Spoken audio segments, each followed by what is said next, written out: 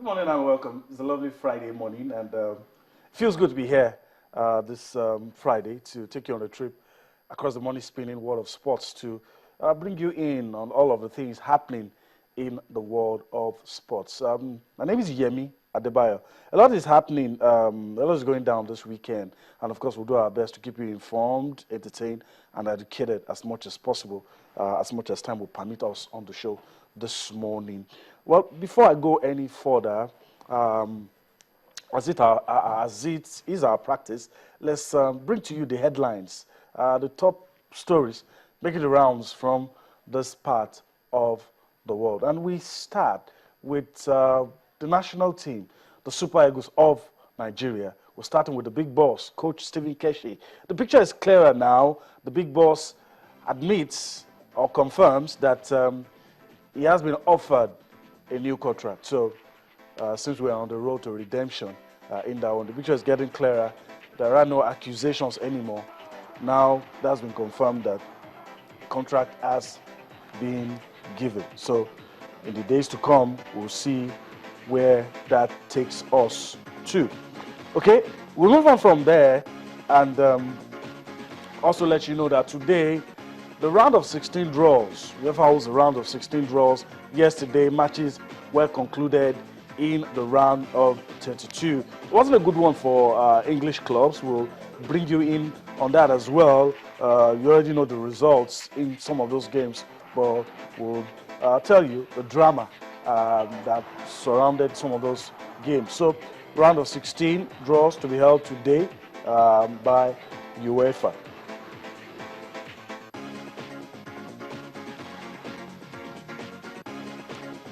Well, and in tennis, Novak Djokovic and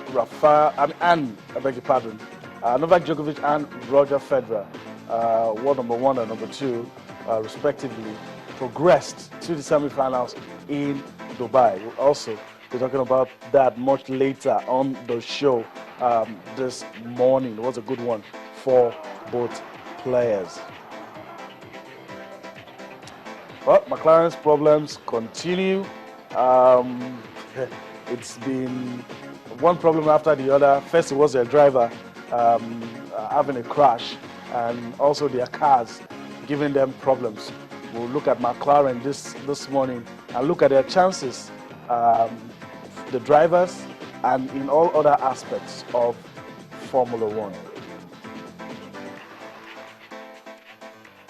Okay, welcome back. In case you just joined us, this is Sports This Morning on your award-winning Channels Television.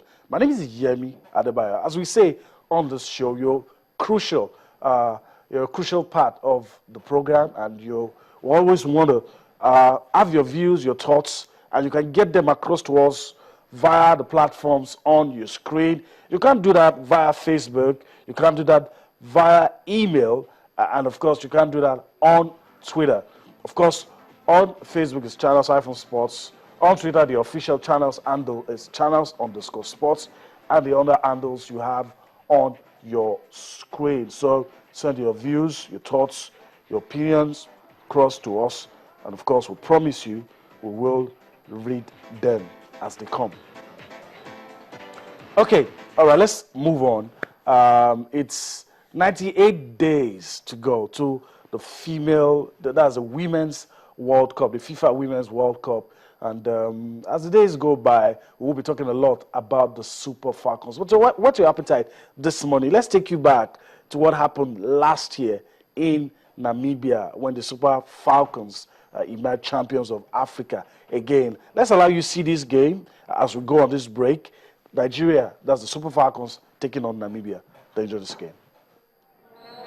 And we are underway here at the Seminole Stadium, where Nigeria are looking to cement their supremacy on top of Group A and make it through to the semi-final. Remember, there are 3 spots at stake here to qualify for the World Cup, which will be held next year in Canada.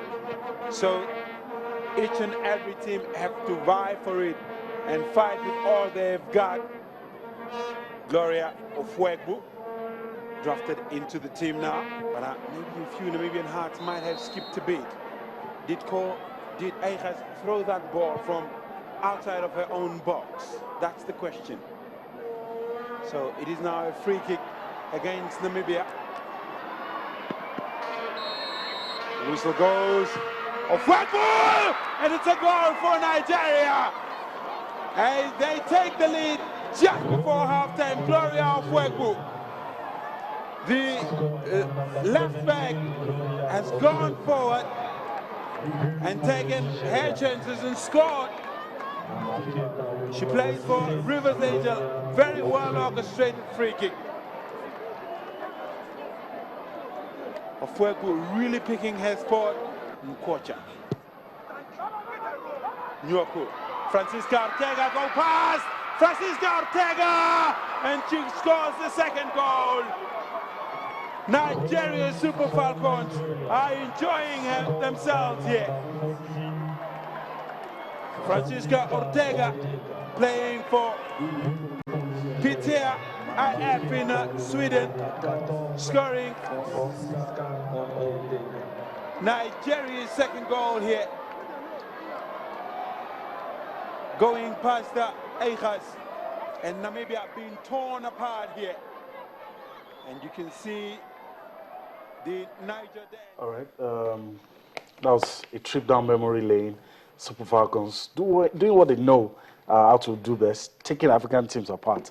And also victory in that one, Nigeria defeating the host, Namibia. All right, Cecilia Omorogwe joins me now, and in the days to come, you'll be seeing a lot of Cecilia Omorogwe because the women are in the news. But Cecilia, first let me welcome you to the show this morning. Thank you for having me. Yeah, we had a chat before we came on air, and you were talking about the Super Falcons, and I know you're so emotional about that team. But what's the news? What's the news about them now? Yeah, we have a new guest. I spoke with the media officer this morning and talking about Gracious Kujobi, and she said that we have a new girl in camp talking about Blessing Okbagaru as she joined the camp because Chigodi Amefuna could not, she's actually ill, so she had to leave camp and all that, so she was called in to replace her. Both of them from Edo Queens, and we still have two players that are yet to arrive. That's talking about the home-based players that's supposed to be in camp. Osareme Igbinovia, she's yet to be there. She's from Ibon Queens, and of course Alaba Jonathan, one of the goalkeepers from Pelican Stars, she also is not in camp. Okay. Outside that, we have all the other home-based players in camp. Then we have two foreign-based players in camp. Orale, she's in camp, and of course you also have a Francisca Odega. Two of them are in camp. But the other foreign-based players, according to what the coach said earlier this week, he said he actually told the Nigerian Football Federation to ensure that the clubs are able to release the girls on time for the game in March. That's talking about the All-African Games qualifier against Mali, and of course you also have the All-African Games, Olympic Games qualifier also against Mali. Yeah. And of course for the World Cup, definitely the girls will be released on time because according to FIFA rule, that will come to bear. But for the qualifiers, because it's not FIFA calendar, so they need to, of course, they need to ask the NFL to write to the clubs. Let me ask you this one quickly. I'm very sure what I'm going to say is going to come up on your screen now, and the countdown has started now. It's 98 days to the FIFA Women's World Cup.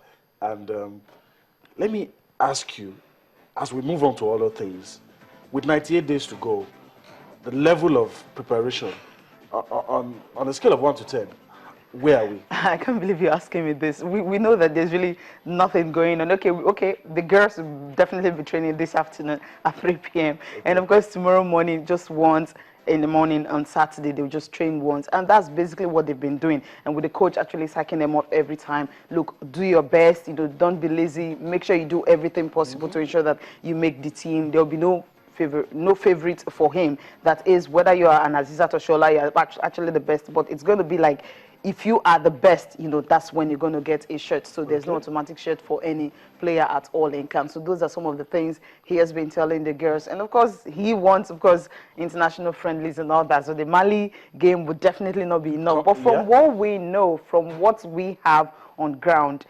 I just wouldn't want to say that, but it's likely that may just be the only games they will play before they go on a training tour, because Nigerian Football Federation you have refused to put it on a scale of 1 to 10. They'll go on a training tour before the World Cup. 1 to 10. I think preparation is actually 1%.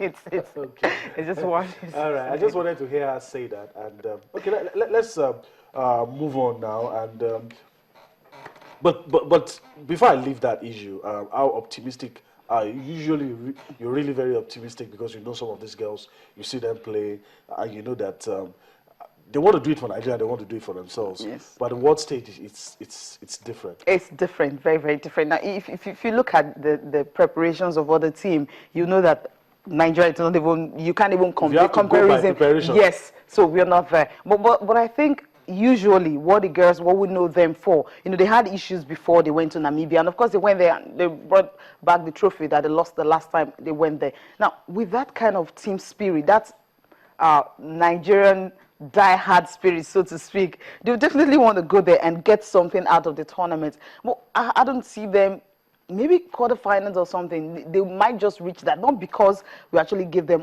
everything possible, because Ikpeme was actually talking to the girls the other time that, look, hey, they have to go there, get to the knockout stage and all that. It is not you telling them, go there and do this. It is what you put on ground. When you don't have it, it's difficult. That is it. If you haven't created it, we are in February, fine, let's just say we still have some time, so to speak. So if at this time that you have, the little time you have, if you're saying go there, get to the knockout stage or semi-final, whatever target you're giving them, that means you have to put everything possible for them to get that. And what is that preparation is actually key. And what are the preparations we are talking about? We're talking about you playing grade A international friendlies. We are African champions, so any country at all in the world will just want to play Nigeria. All right.